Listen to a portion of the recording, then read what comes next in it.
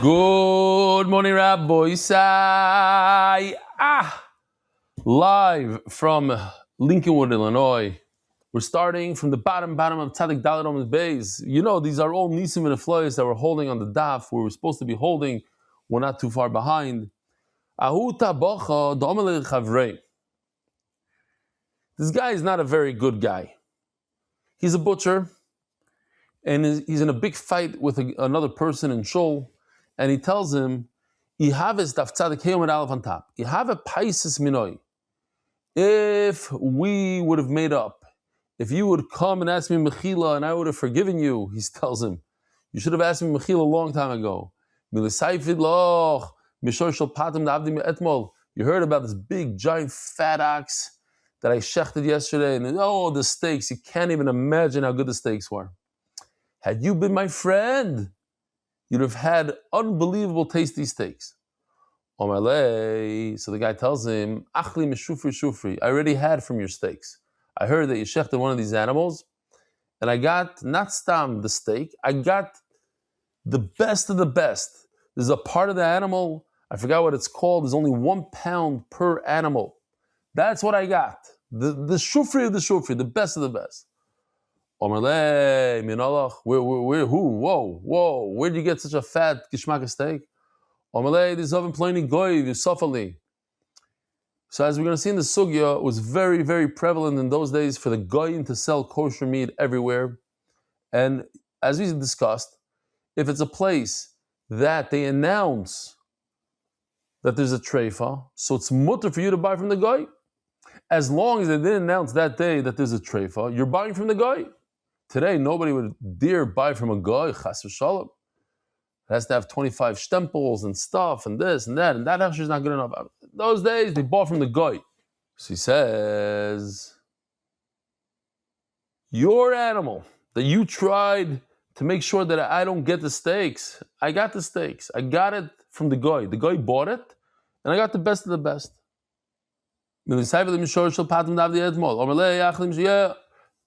So listen to this. This Rasha tells him, Omarlei, Shrei Avdi, I shechted 2 yesterday. The first one that I shechted was treif. So I got rid of it, I sold to a guy. And then I shechted the second one, and I didn't tell him to announce it. You, big chacham, you bought the meat from the treif. Ha! That's what I'm trying to tell you. If you were my friend, I would give you kosher meat. Now, because you're not my friend, you ate treif. La la la la la la. Like the guy's a Russia, making fun of him. Omalei treavdi, va'u trevavo. Omar Rebbe, b'shvil. Here comes my most favorite word. B'shvil shoyte zeh she'asa shloika hoigen. Because of this idiot, this shoyta who did against halacha on uneso kalam mekolim. So it's interesting. The word mekolim comes from the word that we know in Eretz Yisrael, makolet. We should answer all the stores that sell meat because this guy didn't announce. Most of the meat in this city is kosher meat. Most of the goyim that sell meat in the city are selling the kosher meat. There's no reason for us to answer because he just admitted that he did something wrong. If the meat comes from the kosher butchers, most of the meat in the city comes from Jews, and memela, I'm allowed to buy meat from a goy. Ikidamri, some say the story is slightly different. Omar Rebbe, again, my favorite word. He wasn't being serious. He was trying to chepa, as they say in Yiddish. He was trying to bother his friend. He wasn't saying the truth that he sold, that there was a treif and he gave it to the guy. He was lying. He just wanted to be mitzar the guy. What's a big mitzar for a Jew? You tell a Jew that he by mistake ate a treif sandwich, that the chicken he bought for the last 5 years in the store was actually treif. It's a tremendous tsar for a Yid. We're so makbid and kashrus, and the guy comes along and tells me that I ate treif. He was chapening, he's pranking him.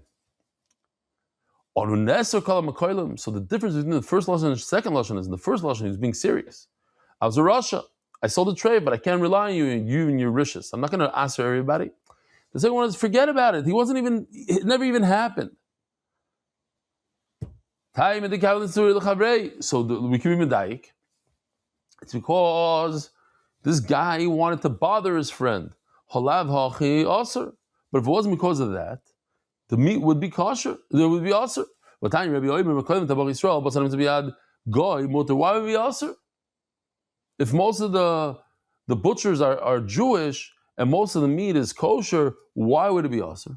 Says the Gemara, I'll tell you why it would be aser. Shani hochad is chazik isuri. If the guy is moida that he had a treif animal and he gave it to the guy, so it's different than a city that has a roiv, Jews, and we can be soymach on the roiv and say that most of the meat is kosher. Over here, what we're saying is we know for a fact that 1,200 pounds of meat is completely treif. It's chazik isura, and that went into the marketplace. That's problematic. That's why it would be a problem. But because we're saying that he was lying and he's just shepening, then it's not a problem. So now we're starting a brand new sugya, very, very famous halacha. It comes with stories and geschmack stuff. Omarav basar kivin shenisalim minoayin osur. We had a similar halacha when it comes to water left overnight, but over here it's a slightly different halacha. If you have meat that wasn't supervised, and the Gemara soon is going to say that's not just the supervision by a yid, but even a supervision by a goy. If it wasn't being supervised for a moment, it's asur to eat. Asur to eat, says Rav. And this is how we paskin. Basar kivin shenis alim minoayin asur. What's the concern? That a raven will come in and swap the piece of meat. Says Tosfos that it's not a real chashash midiraisa, but Rav is basing his chumrah on a story that happened. The Ma'aseh Shaya. But midiraisa is not such a problem. Okay? Again, so the whole concern is that a raven swapped it out with non-kosher meat. Otherwise, we don't have an issue. This city has a roiv. Most of the butchers are Jewish. Most of the meat is kosher. It's not a problem. If you have kosher butchers, what's the problem? The meat that is by a goy is completely mutter. So why? And by the goy, who's watching the goy?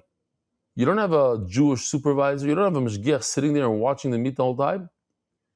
You're buying it from a non-Jewish vendor. So obviously it's basar shenesalim min ha'ayin. It's basar shenesalim min ha'ayin. This is meat that was not supervised for at least a moment here and a moment there. Says the Gemara, Ninsa biyad goy shani. It's not true. The goy is supervising it, and that's the ikar. All we care is the raven. We care that the raven should swap it out from another place. He'll come from another city with a different steak and swap it out with the non-kosher meat. That we don't have a problem when the guy is sitting there. Now, how do we know that the guy is watching? So they discussed that also. So says the Gemara, Toshma, Teisha Chanuyos. Oh, one of my favorite sugyas. Teisha Chanuyos. It's not so much my favorite sugya, but I always never understood.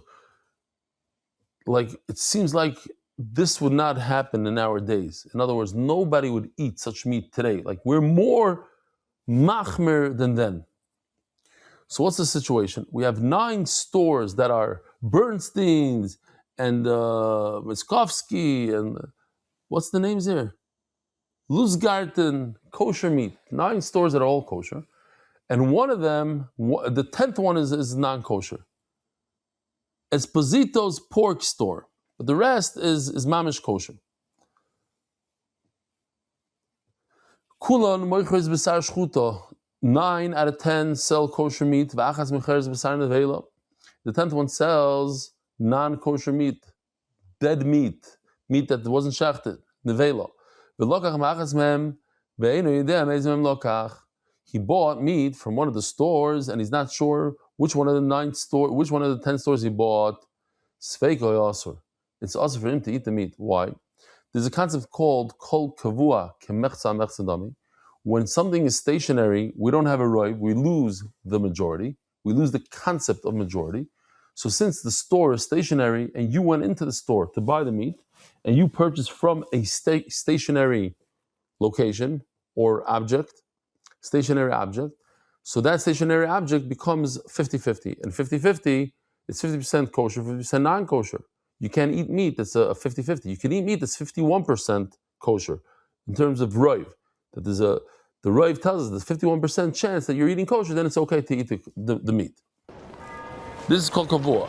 That if it came, you went into the store and purchased it,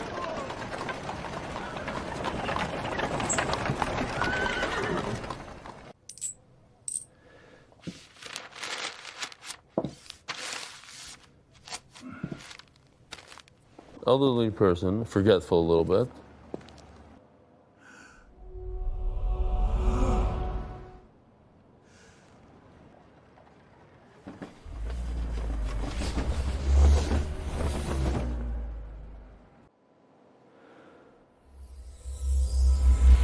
It's also why, because you went into the store, called kavua kemechza mechza, it's only 50-50. But if you find it, benimtza,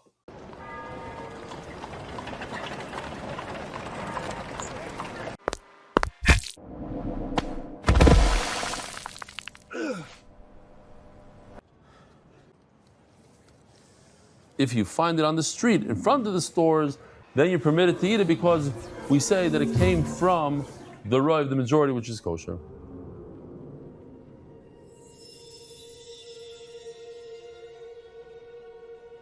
Gewaldig. Ubenimtza alech achar roiv. Hochanami benimtza. Says the Gemara, oh. So what's the question? The question is, after everything, the bottom line is, how could you pick up a piece of meat off the floor and say that it must have come from one of the 9 stores and not the 10th store, Meletz Mutter, but the piece of meat was on a sidewalk and nobody's watching it? Isn't that basar shenesalam minayin? It's meat that was lost from supervision. There's no supervision for a moment. Says Gemara, "Chenami benimtza biyad goy." No, it was supervised the entire time by the non-Jew. And you found it over there by the non-Jew, but somebody's watching it. Tashma motzabah basar. You went to a city and you found meat in the city. So what do? You find out what's the majority of the butchers. Depends. If the majority of the butchers in the city are Jewish, then you could eat it. What if you found a hamburger, cooked piece of meat? Halach acharoi voichli basar. Look around. If you're in a city with the majority, you're in Borough Park, majority Jews, I hope, I don't know, maybe, yeah, in Muncie, majority Jews, you find a hamburger on the floor, then you could eat it. So what are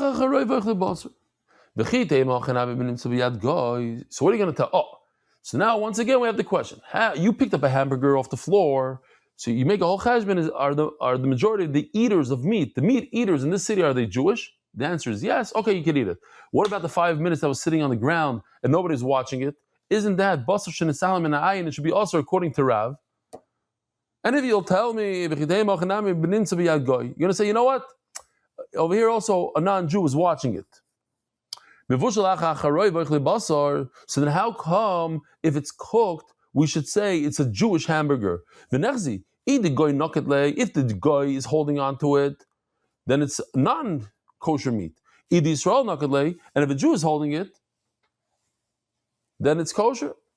Says the Gemara, so the Jew is watching from a distance, and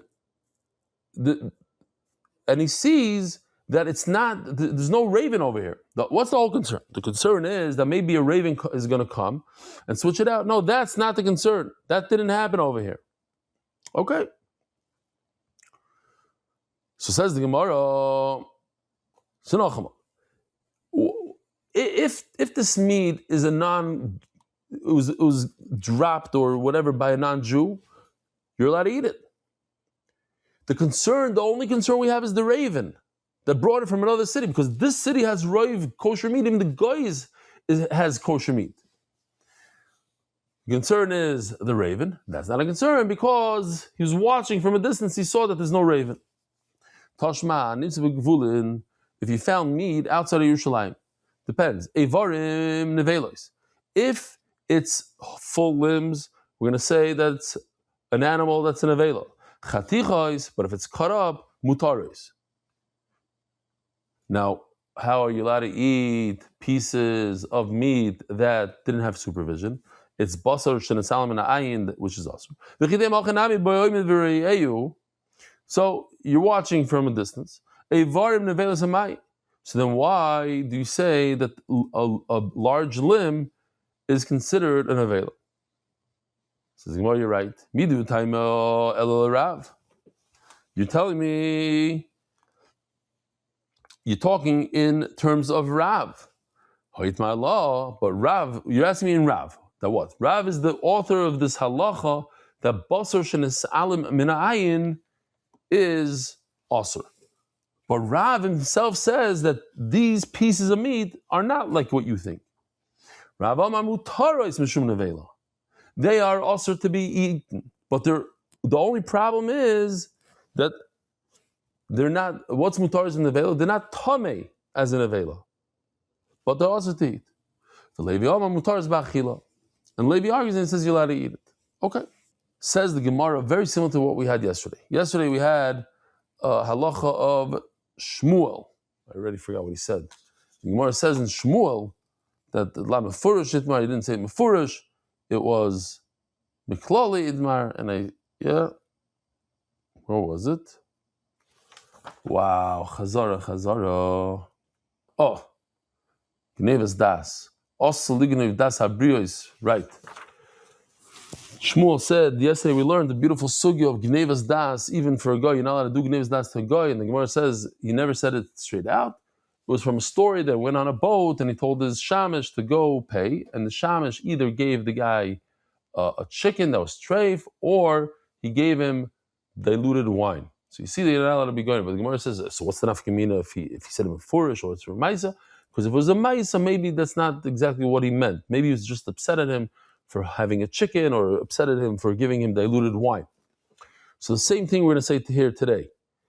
Rav's halacha da basar shenesalim min ayin is not something that he said straight out in shir. It was a story, a good story.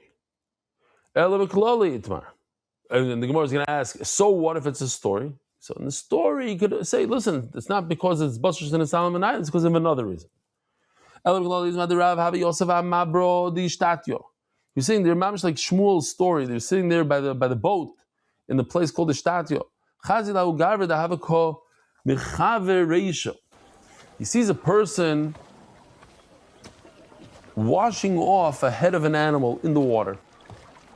The head slipped his grip and fell into the water. Whoa, big loss.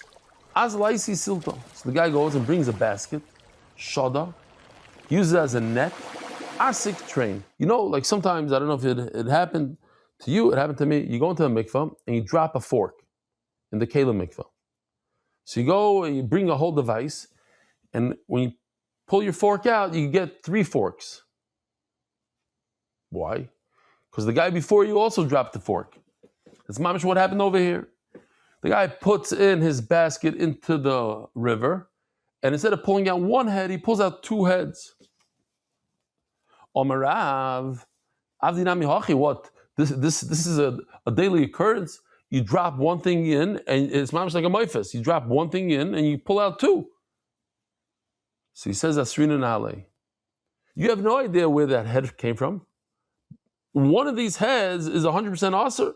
Maybe, I don't know. The head that you had in your hand was kosher, but what about the head you pulled out? The second one.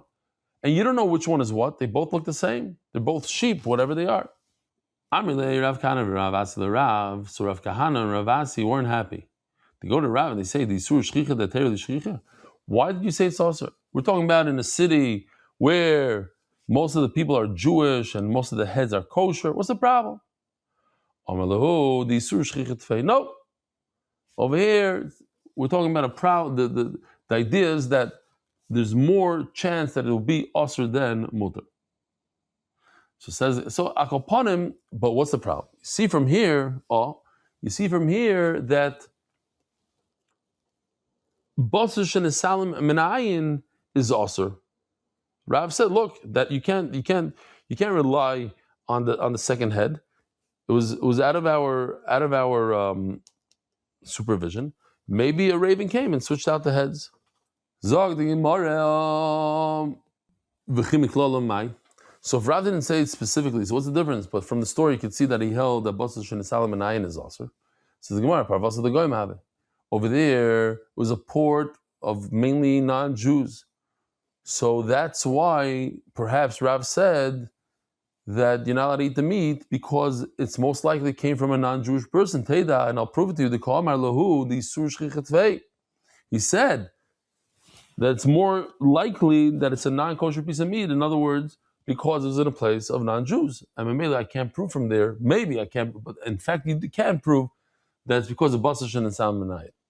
At the end of the day, how in the world could you eat meat if you hold that if the meat is out of your eyesight for one moment you can't eat it? How did Rav ever eat meat? Says Gemara b'shaitei minei. From the time it was shechted, he didn't remove his eyesight from the piece of meat. Another pshat is b'tzayora v'chatima, like we do today. It's packaged, it's sealed, it has like a wax seal on it that has a good seal. V'hinami b'simana, or the piece of meat has a special identifying mark that you could tell. If you ever go to Eretz Yisrael, so when they sell in the bakery, they sell dairy items, milchak items, so they'll be in a shape of a triangle. So if you cut your meat into a triangle, now I know that this is my kosher piece of meat. Rav, have a causal story time. Rabbi says story time. Special for Ben Azmanim. Rav have a causal bei Rav Chonon Chasone. Rav was going to his son-in-law's house. Rav Chonon his son-in-law. Chazam aboro the kaosil pay. You know, I don't know. Americans are not so used to this. But in Eretz Yisrael, people that don't have cars and they wait for buses, how often is it that you go to the bus stop and as you show up to the bus stop, boom, the bus shows up? It's 1 in 1,000. It barely ever happens. So it just so happened that Rav, especially a boat is, very slow. As he shows up to the boat stop, the boat shows up. Omar, so he said, Ma barak abi yoim tov legoy. It's a siman. This is a sign that it's going to be a great day today. It's going to be a yontif today. Ozal, come above. So he got there to the son-in-law's house, his daughter's house, and he gets to the door. Oidik. Bivaza the dasha, he peeks inside. Chaza, and he sees inside the house. Chivasa the talya. Doesn't say chaya, chivas, chivasa. There were animals, a few animals hanging, ready to be eaten, ready to be cooked. Taraf abava, so he knocks on the door. Knock, knock. Nafikasu kuli alma. Oh, Rav is here. The Golador. The Golador is here. The Zayde, the Tata, he's here. Also kuli alma la pay. Also tabachanami. Even the cooks, the chefs, they all ran to the door. Says the Gemara lo yalim Rav einaminei. Rav, as they're saying, hi, Abba, Tati, whoa. And they're all hugging and kissing him, but he's looking, he's staring at the meat. Why? Because Rav holds that meat that loses supervision even for a moment, you're not allowed to eat it. You're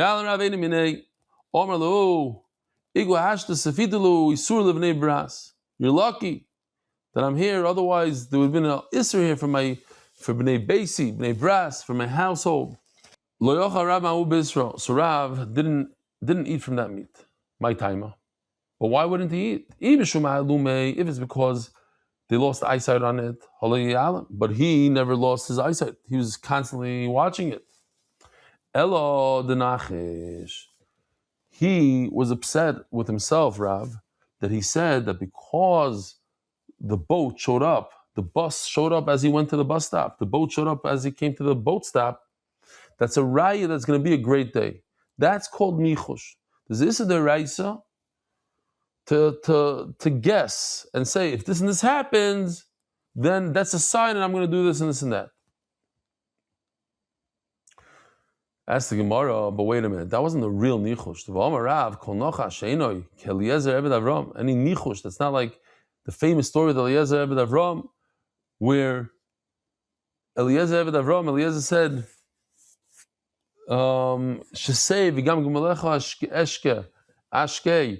he said, if a girl comes out and says, drink, and I'm going to also give the camels to drink, that's a raya that this is the simon that's the shidduch for Yitzchak. That's nichush. Why? Because he was relying on it 100%. Only if you do that, then you're over. Yonasim Shaul also made a simon. He said, if the Plishtim are going to say, come to us, then we're going to go and we're going to kill out all the Plishtim. But if they're going to say, we're going to come to you, then we're not going to go to war with them. So what was the problem? Why was Rav upset at himself for saying, oh, if the boat shows up, oh, the fact that the boat showed up, it's a riot that Hashem wants me. It's not a real nichush. He wasn't relying on it 100%. Says the Gemara, you're right. El Sudas Rishus Havai. Says Rashi, you're not going to believe this. When the daughter of a Talmid Chacham marries an Amoritz, it's not a Sudas mitzvah. It's not a Sudas mitzvah. It's not a regular chasana that there's a mitzvah in the chasana. Over here, she's stepping down. She's a Bas Talmid Chacham getting married to an Amoritz. The Rav, says the Gemara, Rav didn't want to benefit and enjoy a party. A Sudas mitzvah, that's a different thing. But a party, a chasana that shouldn't really happen, that kind of chasana I don't want to benefit from. Says the Gemara, Gishmaka stuff. Rav bodig b'mabara. Rav, he said he held it was a good sign when the boat showed up. Right when he showed up, he didn't have to wait. Ushmuel bodig b'sifra. And Shmuel would open up a sefer like they do at the Lubavitcher Rebbe's Kaver, or called Goyrel Agra. You open up a sefer and you see what it says there in the pasuk or whatever. Does it refer to what does it answer your question? Rabbi Yochanan Badik Biyinuka. Rabbi Yochanan say, ask the child, what did you learn today in Cheder? So the Gemara Kulish Neder Rav have a kosav lady Rabbi Yochanan L'Kodem Rabbeinu Shebebavel. When Rav was alive, and Rabbi Yochanan was the Galadar in Eretz Yisrael, and Rav was the Galadar in Bavel, so Rabbi Yochanan would write letters to Rav, and he would write the lashon of Rabbeinu Shebebavel, our master, our Rebbe in Bavel. Kedach Nafshi, when Rav was nifter, so then Shmuel took over. Have a cause of the Shmuel, L'Kodem Chavereinu Shebebavel, our friend. He didn't call him our Rebbe, he called him our friend. Now Shmuel took offense to that because he didn't want his Talmidim to think that he's just a chaver, not a psagadol. Omar lo yediya li midi der Rabbeinu. Isn't there something that I am greater than Rabbi Yochanan at? Cause of Shadalei Ibur the Shitin Shnei. So Shmuel sent him the calendar for 60 years, trying to impress him with a luach. Omar Hash the Chushbon Ba'al Miyoda. So Rabbi Yochanan said, okay, he's great at math. Cause of Shadalei Tleisar Gamli Sveiket Treifasa. He sent him 13 camels worth of different treifas and asked him questions on it and showed him his great knowledge in treifas. Oh, and that actually convinced Rabbi Yochanan. Omar Isli Rav Bavel. I have a Rebbe in Bavel. He's tremendous when it comes to treifas. I need to go visit him. I need to go see who this is. Omar Leili Nuka. So he tells the kid, should I make that big journey that I don't want to call it okay, we'll call it a journey from Bavel, from Eretz Yisrael to Bavel. I gotta see this tremendous gadol called Shmuel, who had 13 camels worth. They say it's a guzma, but a tremendous amount of treifas that he knew. So he tells the kid, he meets a child in the street, he says, what did you learn today in Cheder? That was his trick. Whatever the kid would say, that gave him the knowledge of what to do at that moment.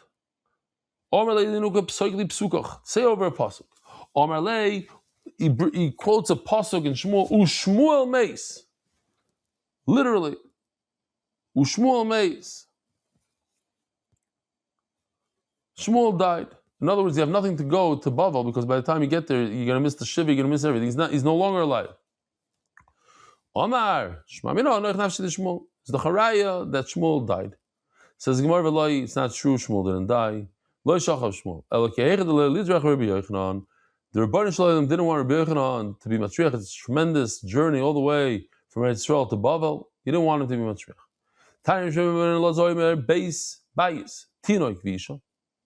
If a person built a house, or he had a baby, or he got married, and he was very successful in his business, so it's a good sign. No, it's not considered nichush, which is Issa D'Oraisa, but it's a good siman. You're allowed to take simanim. This,